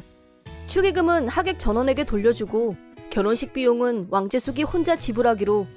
사태가 그쯤 돼서야 자기가 얼마나 엄청난 짓을 저질렀는지 파악이 된 왕재숙은 하객들에게 일일이 사과했지만 아무도 그 사과를 받아주지 않았대. 한진상도 마찬가지로 온 집안 사람들에게 엄하게 혼이 났고 얼마 후 진짜 반성을 한 건지 우리한테 미안하다고 했대. 하지만 그런 일을 겪고 난 후에 사과 한마디로 다시 예전처럼 지낸다는 건 한진상한테나 좋을 뿐 우린 아니었대. 따라서 지난번에 얘기했던 대로 한진상을 동아리에서 제명했대. 한진상이 안 보이니 우리 동아리는 전처럼 평화로운 분위기를 되찾았고 다시 화기애애한 분위기 속에서 술 모임을 가질 수 있게 됐대. 내 이름은 정희연, 백화점에서 일하는 정직원이고 나이는 27살이다. 남편 왕재수와는 3년 전에 결혼했지만 아직 아이는 없었다. 그 이유는 남편의 수입이 너무 적어서였다. 남편은 중소기업에서 영업사원으로 일하고 있는데 내가 짐작하기에 업무 능력이 뛰어난 사람은 아닌 것 같다. 그걸 증명하듯이 남편의 수입은 오를 줄 몰랐고 늘 저소득에 머물러 있었기 때문에 내가 일을 그만두면 당장 생활비도 모자라다는 게 우리 부부의 현실이었다. 그런데도 남편은 돈을 아낄 줄 몰랐고 있으면 있는 대로 다 쓰는 사람이라 돈 관리는 전부 내가 도맡아서 하고 있다. 나는 결혼 전부터 계속 같은 직장에서 일하고 있었고 내가 하는 일에 보람을 느끼고 있다. 그래서 나는 남편 월급이 적어서 일을 한다기보다는 이 일을 좋아해서 하고 있다고 생각하는 쪽이었다. 그런데 요즘 들어 남편이 나한테 직장을 그만 다니라고 자꾸 태클을 걸어왔다. 다름 아닌 시어머니를 모셨으면 하는 게 이유였다. 시댁은 우리 집에서 차로 1시간 이상 걸리는 곳에 있었고 직장에 다니다 보면 시댁에 자주 찾아뵙는 건 무리였다. 남편은 그게 불만인 듯 했지만 시어머니는 아픈 데 없이 건강하셨고 다른 형제가 없는 것도 아니고 시아주버님도 있는데 내가 굳이 모실 이유는 없었다. 그래서 남편이 왜 자꾸 그런 말을 하는지 솔직히 이해가 안 됐다. 남편이 직장을 그만두라고 할 때마다 내가 회사 그만두면 우린 어떻게 생활하는데? 라고 하면 남편은 넌 마누라가 돼서 남편을 받들기는 그냥 말투가 그게 뭐야? 라고 발끈할 뿐 내 질문에 제대로 된 답변은 하지 못했다. 아무튼 나는 남편 의견은 무시하고 회사에 계속 다녔는데 어느 날 회사에 도착하자마자 부장님한테 호출을 받았다. 무슨 일인가 싶어서 무슨 일로 부르셨어요? 라고 묻자 부장님은 대답 대신 내 이름이 적혀있는 사표를 내보이셨다. 부장님 말씀으로는 오늘 오전 우편으로 도착했다는데 필체가 나하고 달라도 너무 달라서 이상해서 부른 거라고 하셨다. 나는 사표를 쓴 적도 보낸 적도 없었기 때문에 범인은 남편이란 걸 바로 짐작했다. 부장님께 회사를 그만둘 생각은 전혀 없다고 분명히 말씀드렸고 그날 저녁 남편한테 따졌다. 그러자 남편은 전혀 반성하는 기미도 없이 자기가 보낸 게 맞다며 큰 소리를 땅땅 쳤다. 그러더니 네가 내 말을 무시하니까 그런 거 아니야 라면서 화를 냈다. 이건 도저히 용서할 수 없다는 생각에 내가 분명히 회사 안 그만둘 거라고 했지? 라고 따지자 남편은 내 부모, 형제를 최우선으로 하지 않는 여자는 내 마누라 자격 없어 라면서 극노. 도저히 대화가 안 통했고 나는 방으로 가서 내 분노를 사귀는 데 집중했다. 그날 이후 나와 남편은 당분간 냉전 상태에 들어갔다. 일주일 후 평소처럼 퇴근해서 집으로 갔는데 남편과 시어머니가 험악한 얼굴로 내가 오기를 기다리고 있었다. 시어머니가 갑자기 집에 오는 일은 없었기 때문에 심상치 않은 일이 벌어지고 있단 느낌이 들었다. 시어머니는 나를 보자마자 넌 이 시어미 돌보는 게 그렇게 싫든? 라고 버럭 소리를 질렀다. 옆에 있던 남편은 너처럼 인정머리 없고 도리도 모르는 여자랑은 이혼이야 라면서 이혼 서류를 내밀었다. 너무 예상 밖이라 나도 모르게 뭐? 하고 소리를 질렀다. 이혼하기 싫으면 내가 시키는 대로 당장 회사 그만둬 라면서 자신만만하게 나왔다. 이어서 시어머니가 그래 회사 간두고 우리 집으로 들어와라 라고 말했다. 그제야 남편이 왜 뜬금없이 나한테 회사를 그만두라고 들들 볶았는지 이해가 됐다. 예전부터 시어머니는 아이도 없고 하니까 우리 부부와 같이 살고 싶다는 말을 자주 했었다. 왜냐하면 시아주버님 부부는 아이가 셋이어서 같이 살면 시끄럽고 정신없다며 싫다고 했다. 시어머니는 게으른 성격이었고 때문에 집이 거의 쓰레기장이나 다름없었다. 나는 그런 집에 들어가서 동거를 한다는 건 절대 있을 수 없다고 남편한테 분명히 말했다. 그럼 네가 청소를 하면 될 거 아니야 라면서 남편은 나한테 떠넘기듯이 말했는데 나는 진먼지 진드기 알레르기가 있어서 안 된다고 확실하게 말했었다. 하지만 남편은 내가 거부하는 이유에 대해서 전혀 이해하려고 하지 않았던 것 같다. 사실 난 동거 문제는 남편하고 그동안 여러 번 얘기했고 이미 얘기가 끝났다고 생각하고 있었다. 그런데 무슨 협박도 아니고 이혼 서류를 꺼내 보이면서 나를 자기들이 원하는 대로 조정하려고 하는 남편과 시어머니의 태도에 화가 치밀었다. 그 얘긴 이미 예전에 다 했잖아. 동거는 안 된다고 라고 남편한테 강력하게 내 입장을 고수했다. 남편은 그럼 이혼이야 라고 하더니 방에서 내 짐을 꺼내와서 집 밖으로 내던지기 시작했다. 하지마! 라고 해도 내 말은 무시하고 내 옷이며 자파들을 밖으로 마구 던지는 남편. 시어머니는 남편을 내버려뒀고 잘한다 당연히 그래야지 라면서 웃었다. 땅바닥에 내동댕이 쳐진 내 짐들을 챙기고 있는데 남편은 마지막 확인 사살 어쩌고 하면서 내 가방에서 집 열쇠를 꺼낸 후 가방을 다시 바닥에 내던졌다. 그러더니 시어머니와 둘이서 집 안으로 들어갔고 문을 잠가버렸다. 거기서 내가 할 수 있는 일은 더 이상 없었다. 자동차에 짐을 옮기고 일단 친정으로 가기로 했다. 친정은 차로 2시간 정도 걸리는 거리에 있었는데 내일은 쉬는 날이어서 시간이 이미 늦긴 했지만 친정에 가서 하루 자고 생각하기로 했다. 친정에 도착하자 갑자기 밤늦게 찾아온 나를 부모님이 걱정스러운 얼굴로 맞이해 주셨다. 방금 전에 집에서 일어났던 일을 부모님께 울면서 말씀드리자 남편과 시어머니한테 화가 난 아빠가 당장 남편을 보러 가겠다고 흥분하셨다. 흥분한 아빠를 엄마가 진정시켰고 나는 내 방으로 가서 잠을 청했는데 잠이 안 왔고 혼자서 골똘히 생각에 잠겼다. 몇 번을 다시 생각해도 남편과 시어머니가 나한테 한 폭력적인 행위를 도저히 용서할 수 없었다. 남편이 내 짐들과 함께 던졌던 이혼 서류를 들고서 한참을 쳐다봤다. 다음 날 부모님이 시댁으로 가겠다고 하셨고 남편한테 연락하자 퇴근 후 자기도 오겠다고 해서 저녁에 시댁에서 보기로 했다. 시댁에 도착하자 시어머니가 불편한 얼굴로 우리를 맞이했다. 남편은 겁먹은 얼굴로 시어머니 뒤에 숨어서 고개만 내밀었다. 아빠가 어제 일에 대해서 설명하라고 호통을 치자 시어머니와 남편은 당황해서 말을 못했다. 그러자 아빠가 왕재수 빨리 설명해봐. 우리 딸이 뭘 잘못해서 너한테 쫓겨났는지 라고 다시 호통. 남편이 우리 어머니랑 같이 사는 게 싫다고 자꾸 버텨서 설득하려고 라고 입을 열었고 나는 친정 부모님 앞에서 남편 수입으로는 생활이 안 된다고 다시 한번 설명했다. 그러자 시어머니가 같이 살면 재수 월급만으로도 충분히 생활이 되지 않니? 라고 나섰다. 그래서 나는 미리 준비해뒀던 남편의 월급 명세서를 그 자리에서 시어머니한테 보여줬다. 거기에 보태서 매달 꼼꼼하게 기입한 가계부를 보여줬더니 남편이 자기 수입보다 지출이 더 많다는 걸 알고는 시어머니의 태도가 급 달라졌다. 수입이 150만 원인데 교재비, 담배, 술값, 잡비가 180만 원?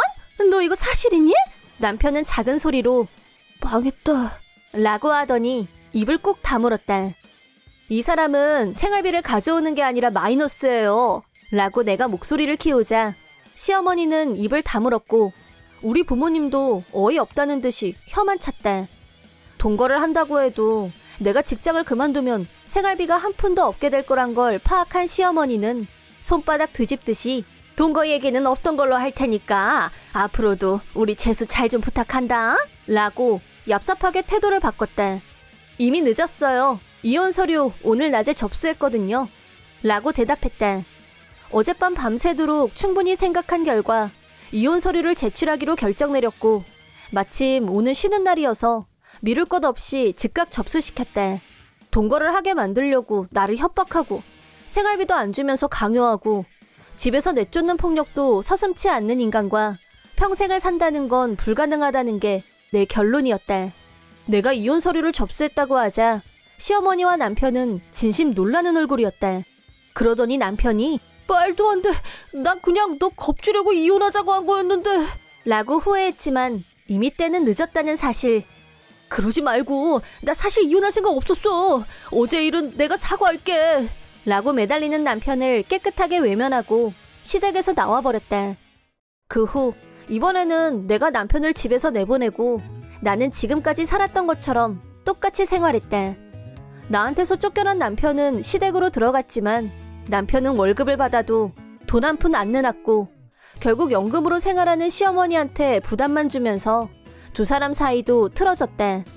그러자 결국 남편은 나한테 재결합하자며 몇 번이나 연락이 왔지만 나는 너무나도 당연하게 거절했고 즐거운 싱글 라이프를 선택했다. 나는 아직 20대였고 제2의 인생을 살 기회가 얼마든지 있다. 장차 전 남편보다 더 좋은 남자가 나타나기를 기대하는 바이다.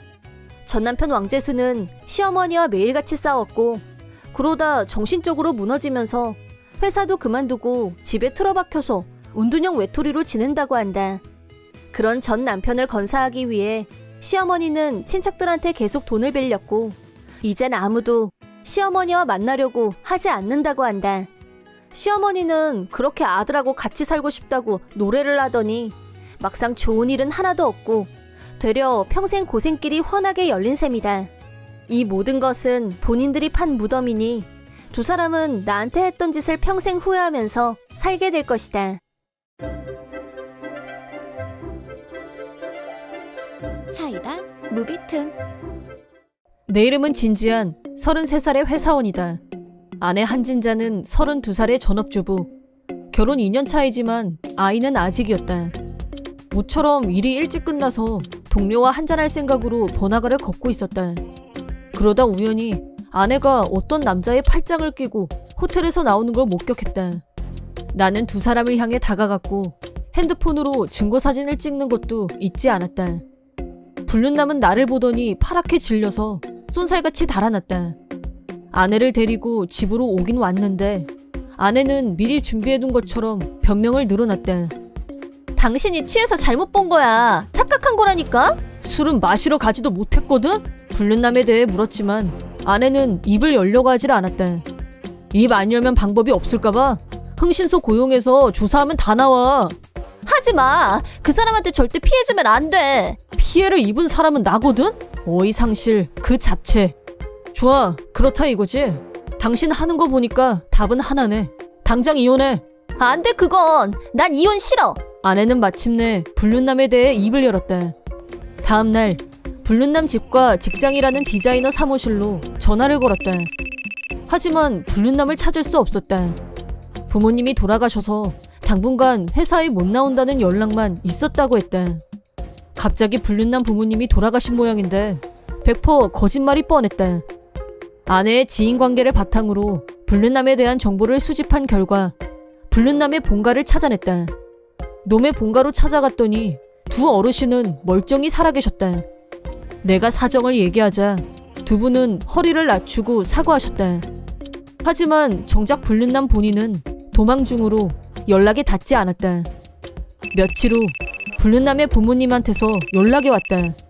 놈이 돈을 빌려달라며 집에 왔다는 거였다.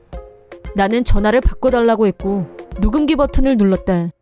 뭐야, 너 누구야? 네가 불륜한 여자의 남편이다. 그래서 너 내 뒷조사하고 다니냐? 부모님 집까지 찾아오고? 도망 다니는 사람이 할 소리는 아니지. 누가 도망을 다녀? 똥이 더러워서 피하지 무서워서 피하냐? 그렇게 쪼잔하니까 여자가 바람 피우는 거야. 불륜관계 인정하셨네. 위자료 청구하겠습니다. 내가 나이든 아줌마 만족시키느라고 하루 이틀 고생한 게 아니야. 위자료 받을 사람은 나야. 전화로 떠들지 말고 당장 여기로 오던가. 좋죠. 그럼 변호사하고 같이 그쪽으로 가죠. 소송 문제도 피할 수 없을 것 같아서 증거도 확보했으니까. 뭐 변호사? 증거? 죄송합니다. 불륜남은 바로 납작 엎드렸다. 큰 소리 친 건 다 허세였던 듯. 제가 부인하고 호텔에 간 건 딱 한 번이었고 그만 잠깐 실수로. 불륜남이 궁색한 변명을 늘어놓길래 나는 말을 끊었다. 방금 전에는 나이든 아줌마 만족시키느라고 하루 이틀 고생한 게 아니라고 하셨는데요. 한 번 하고 하루 이틀은 모순되는 표현 아닌가? 저는 그런 말 안 했어요. 잘못 들으신 거겠죠. 죄송한데 이 전화 녹음되고 있습니다. 그런 말을 했을 수도 있는데 잘못 말한 거예요. 아내는 모든 사실을 털어놨습니다. 증거도 있고요. 그쪽 부모님도 저를 동정하시던데요. 이 판이 누구한테 유리한지 이해가 됩니까? 거짓말로 무마하려고 하면 본인한테 더 불리해질 뿐입니다. 죄송합니다. 좋습니다. 변호사하고 찾아갈 테니까 시간은 언제 가져오세요? 아까는 그냥 해본 말이에요. 여기로 오실 필요까지는 없는 걸로. 부인하고는 완전히 연락 끊을 거고요. 두 번 다시 안 만날 겁니다. 용서해 주십시오. 용서를 어떻게 그냥 하겠습니까? 시간 말씀하세요. 그럼 오늘은 말고 내일이면 될 것 같은데. 네, 그렇게 하죠. 내일 부모님 댁으로 찾아가죠. 오라고 한 건 그쪽이니까 이번에는 도망가지 말고 기다리시기 바랍니다. 저는 오시라고 한 게 아닌데 알고 보면 오해도 많고 그러니까 아버님 바꿔주세요. 네, 알겠습니다. 불륜남 부친에게 내일 변호사와 같이 찾아갈 테니 절대 도망치지 못하게 감시해달라 라고 부탁드렸다. 대체 이런 남자 어디가 좋아서 바람을. 불륜남은 가당치도 않은 허세를 부리고 뻔한 거짓말로 나를 속이려고 했다. 가볍게 그지 없는 놈이다. 내가 빈틈없이 대응하자 금세 겁을 먹고 작아져서 비굴하게 구는 모습도 정말 없어 보였다. 이혼 전 확인해둘 필요가 있을 것 같아서 통장을 확인했다. 불륜남의 행방을 찾는데 주력한 나머지 미처 확인을 못했었는데 집을 짓기 위해 모아뒀던 돈의 상당 액수가 이미 없어진 상태였다. 몇 달 전부터 적게는 한 달에 100만 원, 많게는 200만 원씩 인출한 흔적이 있었다. 나 모르게 아내가 쓴 돈이 분명했다. 이혼은 기정사실이고 위자료까지 다 받아내겠어. 나는 아내를 다시 추궁했다. 집 지으려고 모아둔 돈 많이 줄어들었던데 이거에 대해서 할 말 없어? 아내는 못 들은 척 짜증이 난 얼굴로 텔레비전에 시선을 고정시킨 채 또 입을 다물었다. 내가 몇 번에 걸쳐서 큰 소리로 묻자 겨우 입을 열었다. 내가 어떻게 알아? 도둑이 훔쳐갔나 보지. 얼토당토 안 하는 말로 대답을 피했다. 내일 불륜남 본가에 갈 건데 당신도 같이 갈 거야. 위자료 얘기할 거니까 그렇게 알아. 너무해. 그 사람한테 피해주지 말라고 했잖아. 왜 나랑 한 약속 안 지키는 건데? 나 그런 약속한 적 없어. 당신한테 불리할 땐 입 다물면서 말도 안 되는 요구할 때만 입 여는 거 안 하는 게 좋아. 그 사람은 나나 당신보다 10살이나 어리단 말이야. 어엿한 성인이고 사회인이야. 겨우 23살인데 아직 어린애랑 뭐가 달라? 어린애 같은 소리 하고 있네. 아내는 다시 입을 다물었다.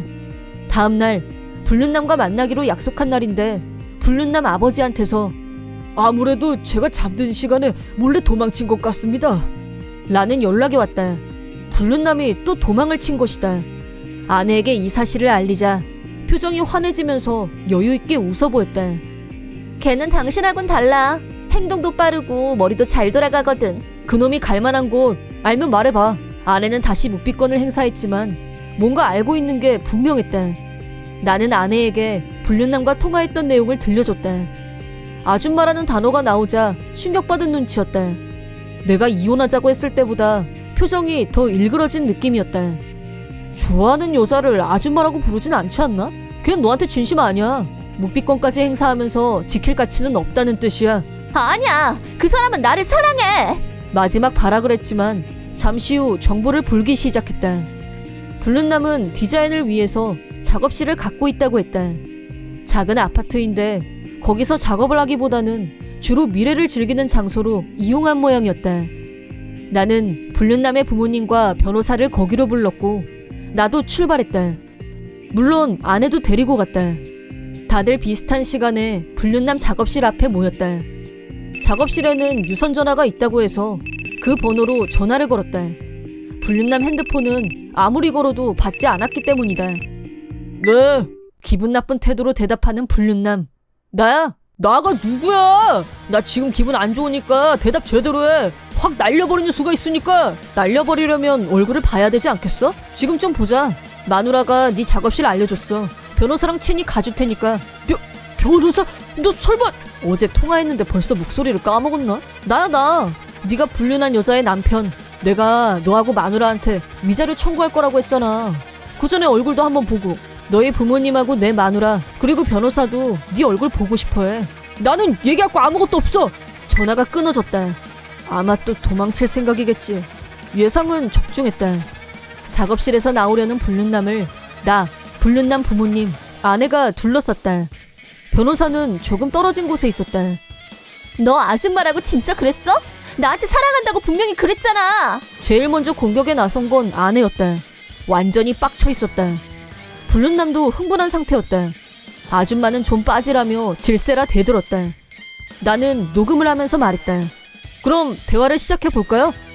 더 이상의 퇴로가 없다는 걸 안 불륜남은 백기를 들었고 내가 묻는 말에도 솔직하게 대답했다. 아내 역시 변명 따위가 통하지 않는다는 걸 인지한 것 같았다. 불륜을 들키지 않고 이혼해서 재산 분여를 노렸다고 실토했다. 나는 이혼했다. 전처와의 재산 분여는 없었다. 나는 위자료로 3천만 원을 청구했다. 전처는 친정으로 갔고 집과 파트 근무를 오가며 살고 있다고 한다.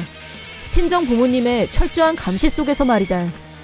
위자료를 다 갚기 전까지는 감시를 벗어나기는 어려운 상황이라고 한다. 불륜남에게도 위자료로 3천만 원을 청구했다. 일시불은 힘들다고 해서 분할을 인정해줬다. 그런데 입금이 연체되길래 연락을 해봤다. 뭐야, 너 누구야? 위압적인 말투였다. 위자료가 제 날짜에 입금이 안 됐네? 죄송합니다. 변호사하고 한 번 더 찾아가야 되나? 아니요, 괜찮습니다. 당장 입금하겠습니다. 놈은 그저 일단은 허세를 부리고 보는 타입인 걸로 인정. 이번 영상은 어떠셨나요? 재밌게 보셨다면 구독, 좋아요에 댓글까지 달아주시면 감사하겠습니다. 그럼 다음 영상에서 만나요.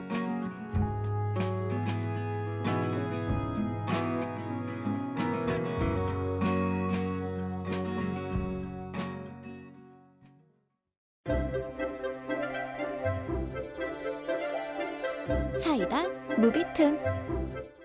내 이름은 소심해. 남편 왕진상과 딸 보람이를 키우는 전업주부이다. 남편과는 지금까지 크게 다툰 적도 없고 겉으로 보면 아무 문제 없어 보이는 부부이지만 나로서는 절대 이해 불가인 일이 한 가지 있다. 그건 바로 남편이 나를 친정에 보내주지 않는다는 것이다. 결혼 후에도 당연히 명절이 되면 친정에 갈 생각이었는데 남편이 결사반대했다. 나는 전업주부였고 멀리 떨어진 친정에 가려면 비용이 따르기 마련이었다. 경제적인 이유로 남편한테 강하게 밀어붙이지 못한 채 부모님과는 통화만 하고 있었다. 아무리 그렇다고 해도 최소한 설에는 친정에 보내줘야 하는 게 정상 아닌가? 설마 그 정도는 알 거라고 믿고 맞이한 결혼 후 첫 설 연휴. 작정하고 남편한테 이번 연말연시에 꼭 친정에 가고 싶은데 라고 물어봤다. 그러자 남편이 설에는 우리 집에 가야지. 며느리가 돼서 빠져가지고 라면서 단칼에 잘라 말했다. 남편 기세에 밀려서 친정행은 포기했지만 그리고 얼마 후 임신 사실을 알았다. 해가 바뀌고 딸아이가 태어나자 친정 부모님도 첫 손녀와 만날 날을 손꼽아 기다리셨는데 딸아이를 데리고 친정에 가겠다고 하자 애를 데리고 그 먼 데를 어떻게 가? 라면서 또 안 된다고 했다.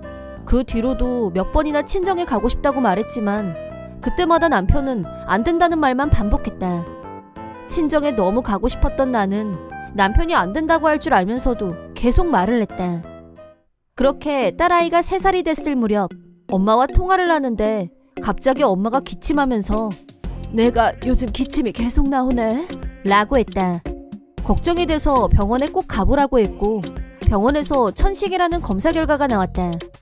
생각보다 심각한 병은 아니어서 잠깐 안심했지만 이렇게 친정에 못 가고 있는 동안 엄마가 점점 노쇠해지는 건 아닐까 불안했다.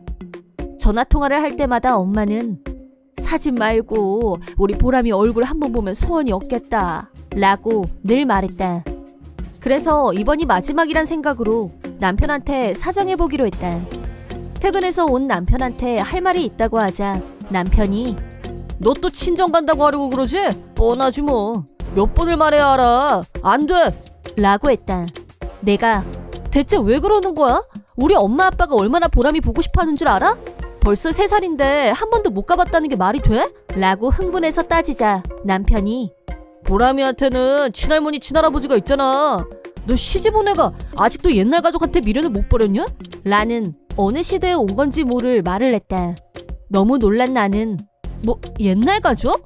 우리 엄마 아빠는 여전히 나한테 가족이야. 요즘 세상에 시집 왔다고 친정의 발길을 끊는다는 게 말이 된다고 생각해? 라고 분노가 폭발했다.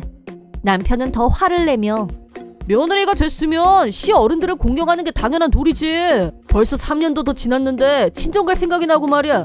친정 생각은 싹 다 잊으라는 말 안 들려? 라는 황당한 발언을 했다. 그 말을 듣는 순간 소녀 얼굴 보는 게 소원이라는 엄마가 생각나서 울컥 눈물이 나고 말았다. 눈물로 무너진 나에게 남편은 말로 안 되니까 우냐? 애도 아니고 운다고 될 일이야 이게? 넌 대체 몇 살이 돼야 제대로 된 며느리가 되냐? 라면서 더 큰 소리로 화를 냈다. 남편과 가치관의 벽을 느낀 나는 이게 노력으로 바뀔 문제일까? 부부로서 앞으로의 인생에 대해 고민하기 시작했다. 일상에 치이고 생각이 많아진 사이 설 연휴가 다가왔고 너무 당연하게 시댁으로 향했다. 시댁에 도착하자 해마다 친정에 오는 시누이가 먼저 와 있었다. 나는 시누이가 불편했다. 이유는 심플했다. 친정에 오면 손 하나 까딱하지 않는 타입. 오래간만에 친정에 왔으니 푹 쉬고 싶은 심정도 이해하지만 시누이는 나를 대할 때 이거 해라 저거 해라 몸종처럼 부려먹었다. 자기가 해야 할 일도 나한테 하라고 명령했다. 자기 빨래, 자기 먹을 밥까지 전부 나한테 이래라 저래라 시켰다. 며느리면 그런 건 알아서 해야지. 라면서 나한테 명령조로 말하는 시누이. 한편 시부모님은 네 일인데 네가 해야지 라고 야단을 쳤지만 시누이는 들은 척도 하지 않았다. 시어머니는 항상 시누이를 대신해서 미안하다, 미안해 라며 나한테 사과하셨다. 하지만 남편은 달랐다. 시누이가 하라면 하는 거지. 라며 시누이 편을 들었다. 그날도 시누이는 늘 하던 대로 나 배고프니까 편의점 가서 뭐 좀 사와 라며 심부름을 시켰고 자기는 편안하게 앉아 있었다. 저녁이 돼서 시어머니와 같이 저녁 준비를 하는데 남편 핸드폰이 울렸다. 상대는 동네 친구인 듯했고 전화를 끊더니 나 친구들하고 술 한잔하고 올게 라고 하더니 친구들을 만나러 갔다. 시누이는 낮술을 하더니 저녁때가 다 되도록 방에서 잠만 자고 있었다. 거실에는 시부모님과 나, 딸아이만 있었다. 지금이 기회라고 생각한 나는 시부모님께 남편과의 문제를 말씀드리기로 했다.